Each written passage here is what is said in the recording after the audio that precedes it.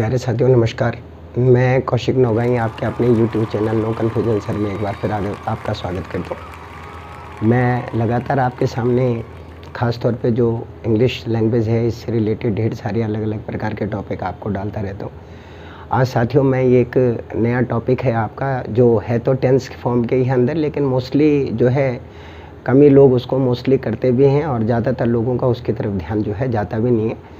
और या तो हम जब उसे करते हैं तो फिर वो पैसिव वॉइस फॉर्म के अंदर करते हैं, तो दोनों में जो है थोड़ा डिफरेंस है। तो आज मैं इससे रिलेटेड जो बात है वो आपको बता रहा हूँ।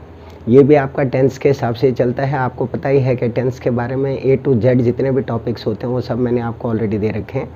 तो आज मैं आपसे बात कर रहा हूँ सेकेंड टाइप ऑफ टेंस, आमतौर पर जो आपके पैसिव वॉइस फॉर्म के अंदर होते हैं। जैसे अभी तक हम क्या करते थे, मैं खाना खाता हूँ, मैं पानी पीता हूँ, मैं घर जाता हूँ, मैं ये करता हूँ, मैं वो करता हूँ, करते थे ना प्रेजेंट सिंपल में। ये थोड़ा सा हट करके है। इसके अंदर आपका क्या है कि खाना खाया जाता है। अब देखिए उसमें क्या करते थे कि मैं खाना खाता हूँ, मैं पानी पीता हूँ, इसमें थोड़े एक्शन को डिफाइन कर दिया गया है। ये आपका क्या है, खाना खाया जाता है।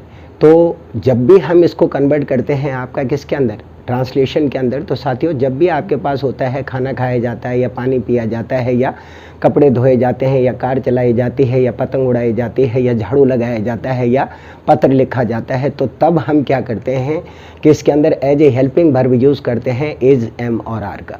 ये तीन आपको दे रखे हैं ना। अगर सिंगुलर होगा तो आपने इसका इस्तेमाल करना है, सिंगुलर होगा तो इसका इस्तेमाल करना है, प्लूरल होगा तो आर का इस्तेमाल करना है, और आई होगा तो एम का इस्तेमाल करना है, और मेन वर्ब की थर्ड फॉर्म का प्रयोग करना है। क्लियर है? एक बार दोबारा रिपीट कर रहा हूँ। जब भी आपके पास प्रेजेंट सिंपल में कोई भी सेंटेंस होगा जिसमें आपका है कि खाना खाया जाता है, पानी पिया जाता है, कपड़े धोए जाते हैं, कार चलाई जाती है, पतंग उड़ाई जाती है, खाना पकाया जाता है, पत्र लिखा जाता है, जब भी इस फॉर्म के अंदर आपका कोई भी सेंटेंस आएगा तो इसमें हेल्पिंग वर्ब यूज़ करेंगे इज, एम और आर।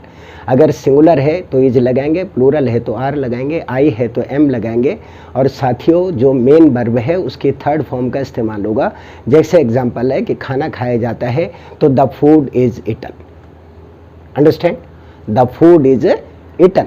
तो इस फॉर्म के अंदर आप इसे जो है कन्वर्ट कर देते हैं। अगर यही आपका होता कि खाना मेरे द्वारा खाया जाता है तो तब भी आपका सेम रहेगा, बस अंतर इतना है कि वहाँ बाई आ जाएगा और मी आ जाएगा। तो तब आपका सेंटेंस बनेगा the food is eaten by me. Clear है? The food is eaten by me, यानी आपका सब्जेक्ट आएगा, हेल्पिंग वर्ब आएगी, मेन वर्ब की थर्ड फॉर्म आएगी, बाई आएगा और आपका क्या आएगा, ऑब्जेक्ट आएगा। खत्म। और जब सिंपल हम करते हैं तो उसमें आपका सब्जेक्ट आएगा, हेल्पिंग वर्ब आएगी, मेन वर्ब की थर्ड फॉर्म आएगी। यानी अगर आप कम्बिनेशन में अगर इसे देखें तो जो आपका द फूड है ये आपका क्या हो गया, सब्जेक्ट हो गया, इज आपकी क्या हो गई, हेल्पिंग वर्ब हो गई, और आपका जो ईटन है ये आपकी मेन वर्ब की थर्ड फॉर्म हो गई। तो कम्बिनेशन आपका क्या बना भैया, सब्जेक्ट आ गया, हेल्पिंग वर्ब आ गई, मेन वर्ब की थर्ड फॉर्म आ गई, खत्म बात हो गई। क्लियर है?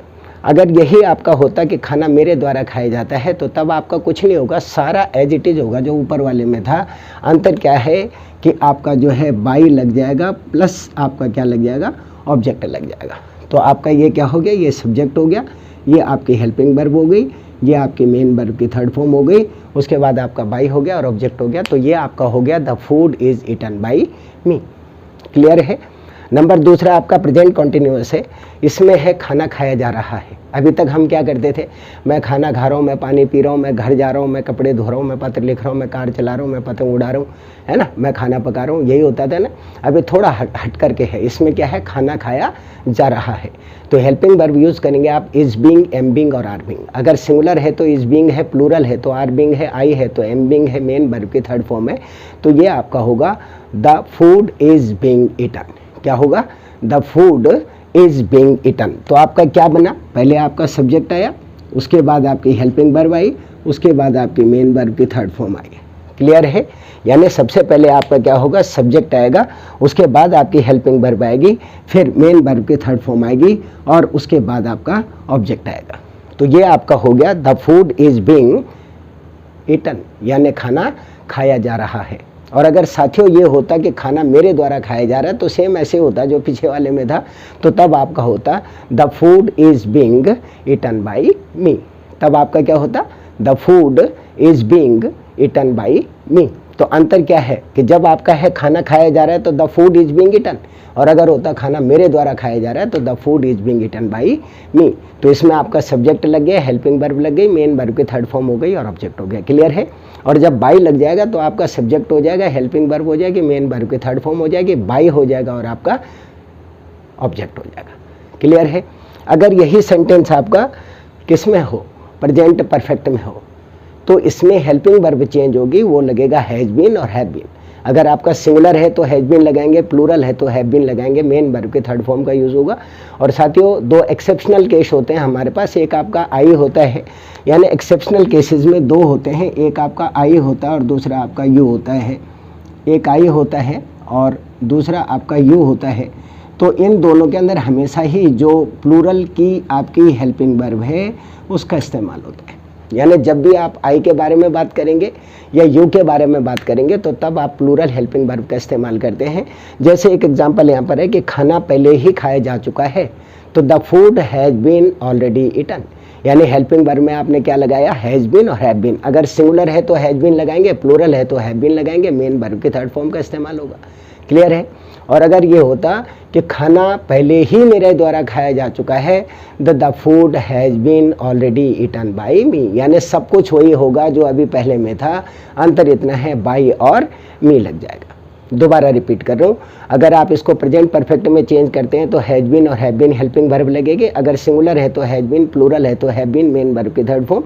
और मैंने आपसे बोला कि आई और यू सॉरी साथियों, आई और यू ये दो वर्ड आपके ऐसे हैं जिनमें प्लूरल हेल्पिंग वर्ब का इस्तेमाल होता है। जैसे एग्जांपल है कि खाना पहले ही खाया जा चुका है, तो the food has been already eaten, और अगर होता खाना मेरे द्वारा पहले ही खाया जा चुका है तो the food has been already eaten by me. यानी पहले वाले में आपका सब्जेक्ट आएगा, हेल्पिंग वर्ब आएगी, मेन वर्ब की थर्ड फॉर्म आएगी, खत्म। दूसरे वाले में आपका सब्जेक्ट आएगा, हेल्पिंग वर्ब आएगी, मेन वर्ब की थर्ड फॉर्म आएगी, बाई आएगा और ऑब्जेक्ट आएगा। क्लियर है? पहले वाले में आपका क्या हुआ, पहले वाले में आपका सब्जेक्ट आया, helping verb I, main verb की थर्ड फॉर्म आई और ऑब्जेक्ट आएगा। अगले वाले में आपका सब्जेक्ट आया, helping verb I, main verb की थर्ड फॉर्म आई, बाई आया और ऑब्जेक्ट आया। क्लियर है? तो ये प्रेजेंट के तीनों थे। इसका चौथा साथियों आपका जो है चेंज नहीं हो पाता, क्योंकि ऑलरेडी उसके अंदर इतनी फ्रीक्वेंसी पहले ही होती है कि उसको कन्वर्ट करने की क्षमताएं नहीं होती। तो कहने का मतलब आपका यह है कि जब भी आप प्रेजेंट को second type of the tenses के अंदर कन्वर्ट करेंगे, जिसमें आपका प्रेजेंट सिंपल है, प्रेजेंट कंटिन्यूस है और प्रेजेंट परफेक्ट है, उसका फॉर्मेशन क्या होगा मैंने आपको बता दिया। और मैं बार बार आपसे रिक्वेस्ट करता हूं कि यार प्लीज़ आप जो है जब भी ये वीडियो देखते हैं और आपको लगता है कि इसका कंटेंट आपका बहुत अच्छा है, तो प्लीज़ यार इसे मैक्सिमम लोगों को शेयर करें, लाइक करें, कमेंट्स करें। और साथियों हमारे से अगर कोई गलती होती है या कोई प्रॉब्लम्स भी हैं तो प्लीज़ उसके बारे में भी ज़रूर बताएं ताकि उनको ठीक किया जा सके। मैं कौशिक नौगाई आपके उज्जवल भविष्य की कामना करता हूँ। इसका फिर पास्ट और फ्यूचर ये दो पार्ट लेकर के फिर मैं आपके सामने आऊँगा। तब तक के लिए नमस्कार। अपने और अपने परिवार का ध्यान रखिए, खुश रहिए, जीवन में आगे बढ़िए, तरक्की कीजिए और ज्ञान अर्जित कीजिए। नमस्कार।